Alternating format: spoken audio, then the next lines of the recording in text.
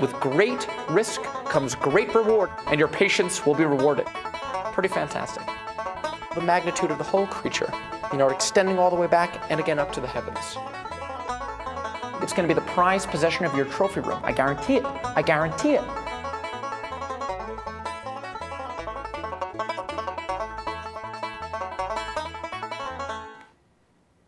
Welcome to the Snapidermy Institute online video series. Thank you for coming. I really appreciate it. I'm Adam Lustig, and you are in great luck because today I'm going to be guiding you pretty much through the step-by-step process of constructing the classic Snapalope head mount. I am so excited about this. This is one of my favorite pieces to make. It makes a great addition to any bedroom, living room, sitting room, playroom, billiard room, all the rooms.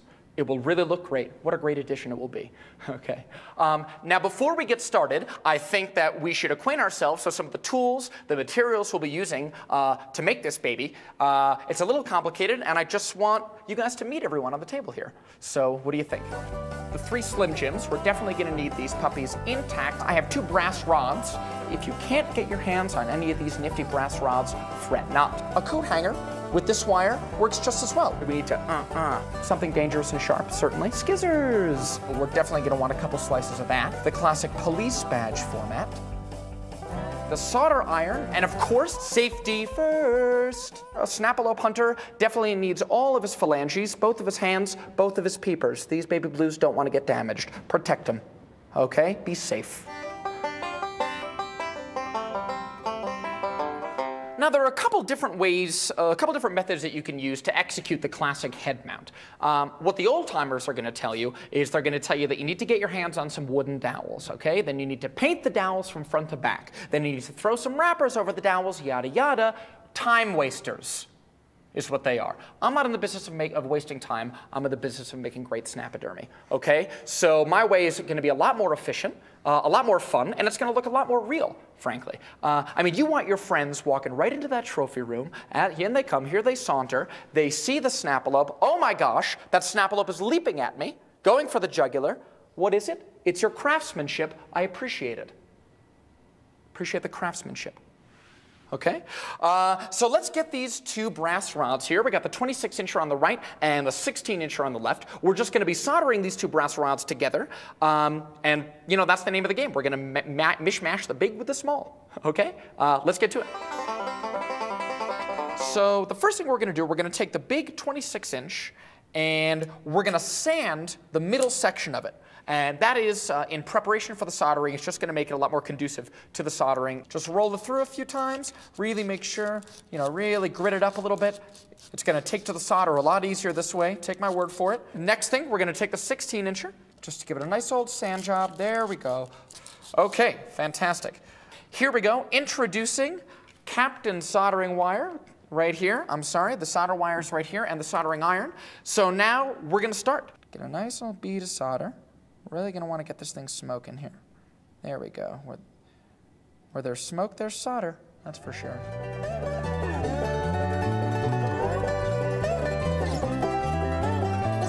Fused together like Siamese twins, as though they were born to be together. And here, ladies and germs, we have our 2 soldered wires.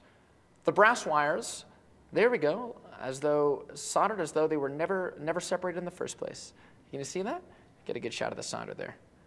My pride and joy. How about that? So we're going to grab one of our Slim Jims here, one of the giant Slim Jims. Okay. We're going to line it up right here. This is a common misconception to measure it to line up the end of the rod with the end of the wrapper. But as you can see, meat gap. We got to push it up to the end of the meat right there, just to be safe. And now we're ready to make the cut. We're ready to make the incision. Separate the torso from the head of the neck. I'm just going to use these scissors here to make the cut, but like I said, you can use a sharper knife, a box cutter, or whatever you have handy. So we're going to make the cut right at the middle there, and good. Now I'm going to take this part right here, the front of the wrapper. Now this is going to be the neck and the head of the beast. We're going to take it and just sort of gently impale it on the end of the brass rod here. We're going to put it through the middle. and we're home sweet home. Okay, so now we're going to take the other part of the Slim Jim that we cut, and it's going to go right in the back end. Now when you puncture it, you're going to notice that there's that aroma. There's that delicious spicy aroma of the meat, which makes the Snapalope obviously one of the most sought after and desired beasts in the animal kingdom. It's that smell, I tell you. Gets you every time, but you can't be seduced if you're a hunter. You got to keep your killer instinct. Don't be seduced by the aroma. So now we're almost there. Now the only thing that's left to do is to complete the antlers. And once again, it's just a matter of following the rod, tracking its course like a GPS system through the wonderful highway that is the Slim Jim meat stick.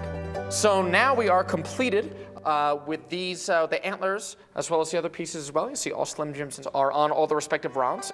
It is time for my favorite part of the process, which is the shaping of the Snapalope head. So you really want to be precise, and these two babies are your antlers right here. So if you can really get your thumbs and then really start to sort of, now this is going to take, this is where the artistry comes in, sort of artistic interpretation, if you know what I mean. You really can sort of, okay, and as we finish shaping the Snapalope here, can you get that? This is very key for the scientific accuracy. You want to get that nice angle, both of the antlers. Okay, just want to make sure that's, everyone can see that. Fantastic. So now it is the very last part of the process. We're going to mount the baby. As you can see, I've actually pre-drilled my hole here in the plaque, about 4 inches from the bottom. Now, 4 inches isn't going to be consistent throughout all plaques, obviously. Plaques come in all sort of sizes, shapes, and genders. But mine happens to be 4 inches. It's just important that you get it a little below center. So we're going to take the Snapalope, and we're going to slide her right in, okay? Just like this. We're going to get her right in.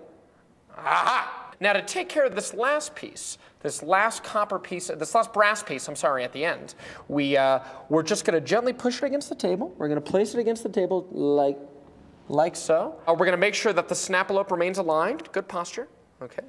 All the vertebrae are aligned and whatnot of the Snapalope. Keep it straight. And then it's just a matter of pushing the plaque down, bending the wire. Okay. Now, after you've bent the remainder of the brass rod back here, you're going to want to take a piece of duct tape and just tape it down. You know what I mean? Just to keep it secure. It's imperative while keeping the neck of the Snapalope straight. Fortunately, for time's sake, bingo, got it already done. Okay, so that's what the duct tape is going to look like, just like that. Dare I say, we're finished. Okay, and there you have it. A classic mounted Snapalope head for your friends and family to enjoy and to converse with, if they choose. So now we're just going to hang it up right here, right where it should be.